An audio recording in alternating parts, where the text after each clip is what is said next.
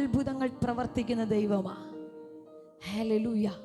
കർത്താവ് നമ്മുടെ ഇടയിൽ വൻ കാര്യങ്ങൾ ചെയ്യുന്ന ദൈവമാണ്.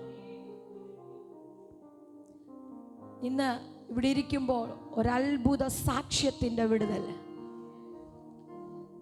എനിക്ക് തോന്നുന്നു കഴിഞ്ഞ 2 മീറ്റിങ്ങിന് ബാക്കിൽ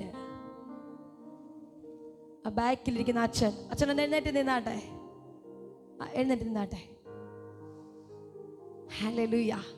അച്ഛൻ നിങ്ങൾ നടന്നു വാ. ആമേൻ.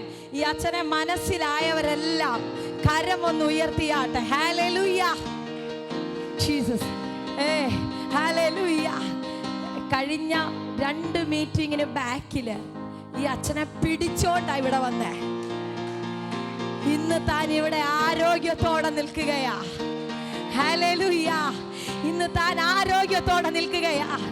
ഞാൻ ഇവരുടെ വീടിനകത്ത് ഞങ്ങൾ കയറി ചെന്നപ്പോൾ ഒരു കട്ടിലില് ഹല്ലേലൂയ ഒരു വെറും അസ്ഥി പോലെ കിടക്കുക, ചുരുണ്ടുകൂടി.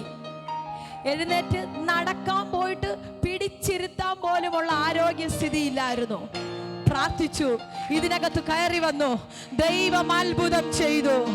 ഹല്ലേലൂയ. കർത്താവ് അത്ഭുതം ചെയ്തു. ഹല്ലേലൂയ. ആ ദൈവം നിങ്ങൾക്ക് വേണ്ടി ഇന്ന് പകൽ അത്ഭുതം ചെയ്യാൻ, ആ ദൈവം നിങ്ങൾക്ക് വേണ്ടി അത്ഭുതം ചെയ്യാൻ.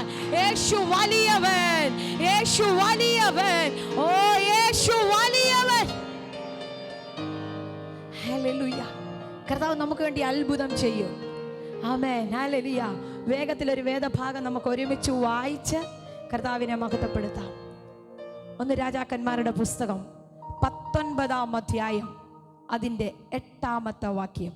1 രാജാക്കന്മാരുടെ പുസ്തകം 19-ാം അധ്യായം അതിൻ്റെ 8-ാമത്തെ വേദഭാഗം.